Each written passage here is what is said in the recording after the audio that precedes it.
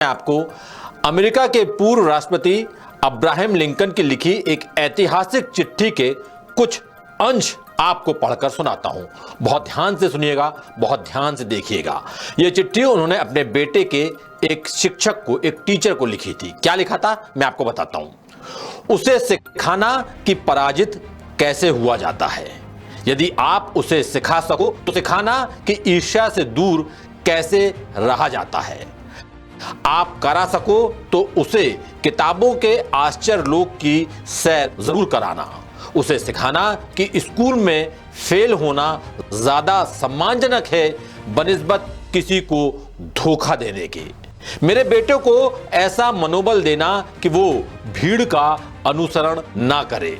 उसे सिखाना कि दुख में कैसे हंसा जाता है। उसे समझाना कि आंसुओं में कोई शर्म की बात नहीं है।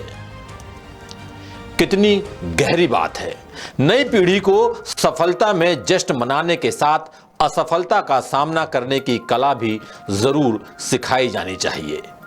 पैकेज और नंबर के सिवाय नैतिक मूल्य भी बच्चों को सिखाए जाने चाहिए। और ये महान कार्य, ये महान काम अगर कोई कर सकता है तो वो है शिक्षक।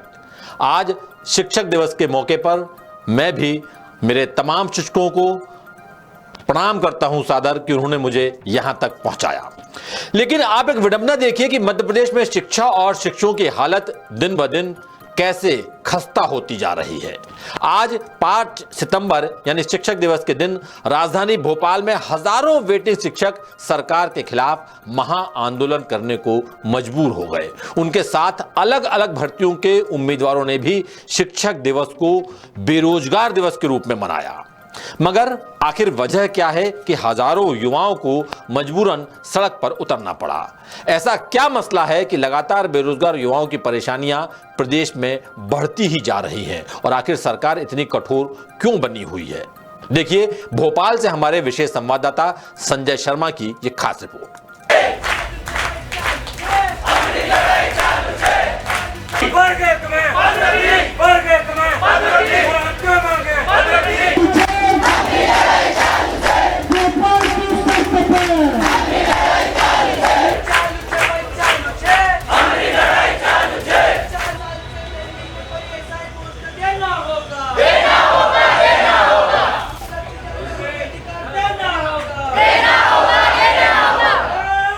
सरकार रोजगार देने के मामले में पिछड़ रही है।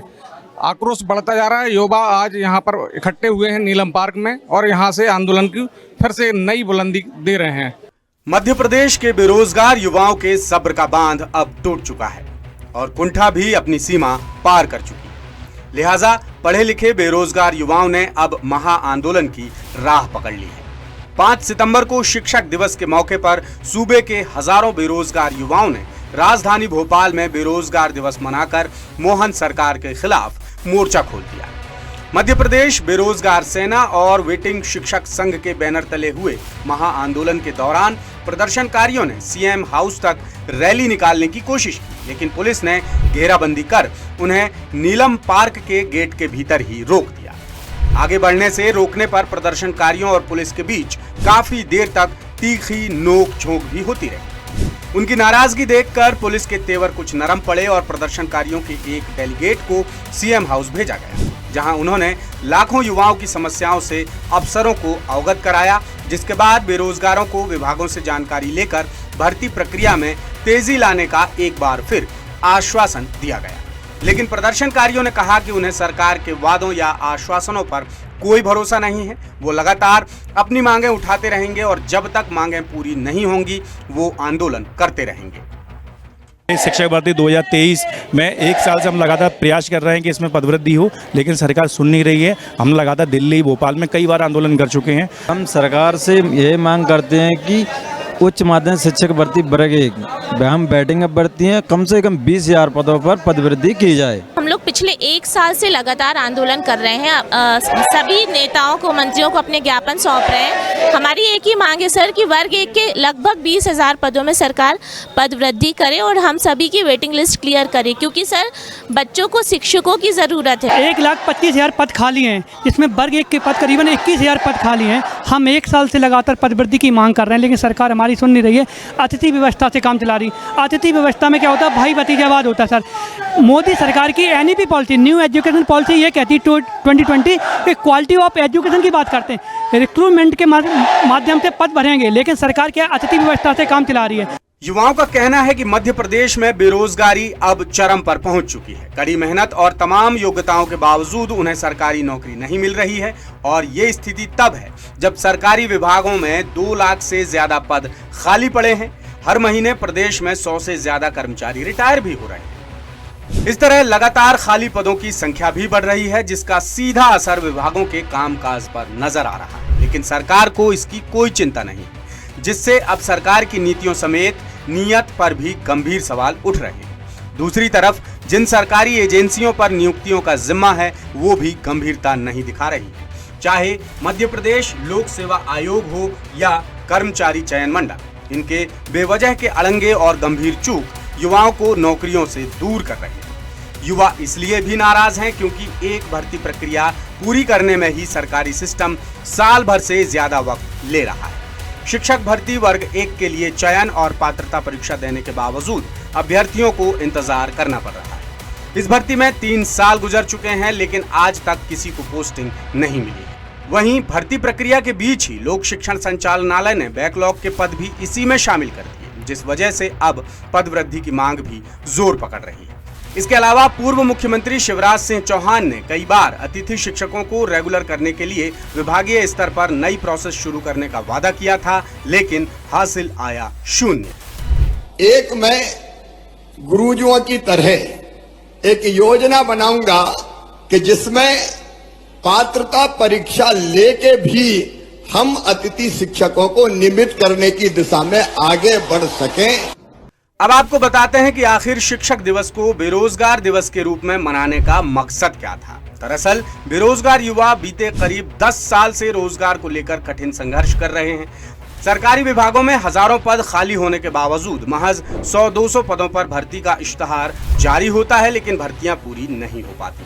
साथ ही खाली पदों पर नियुक्ति होते होते इनसे कहीं ज्यादा कर्मचारी रिटायर हो जाते हैं। लिहाजा लगातार आवेदन, निवेदन और प्रदर्शन के बाद भी जब बात नहीं बनी, तो अब युवाओं ने महा आंदोलन का रास्ता अख्तियार किया।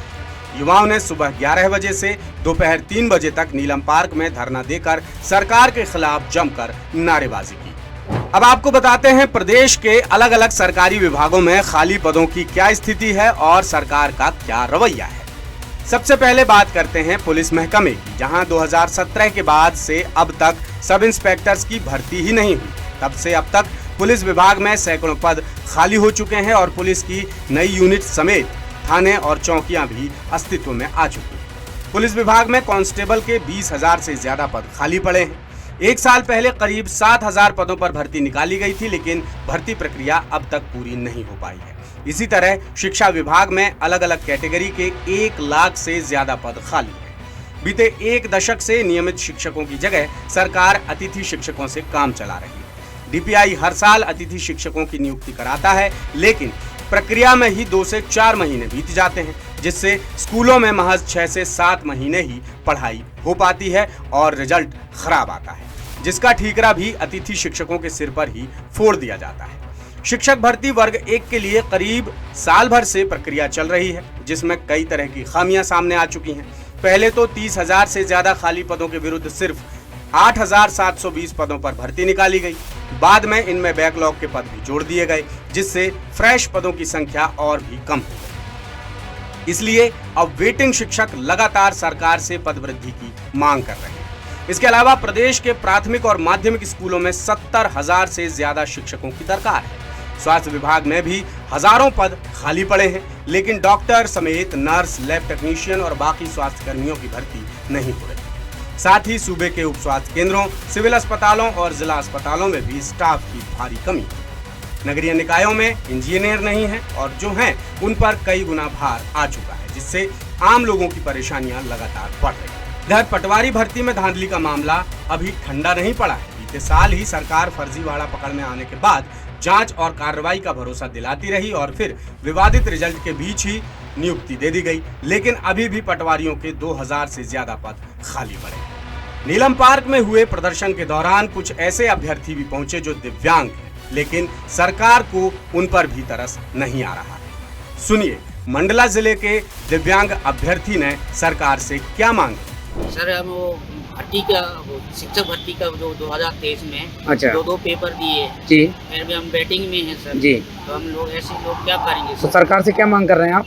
हम शिक्षक भर्ती में हम पूर्ति करें, अच्छा, पदवृद्धि करें। पदवृद्धि करें तो हम लोग ठीक है। कुल मिलाकर प्रदेश में हर विभाग में सैकड़ों पद खाली पड़े हैं, जिनमें लंबे समय से भर्तियां नहीं हो रही हैं, और अगर कहीं हो भी रही हैं तो सारा काम भगवान भरोसे चल रहा है।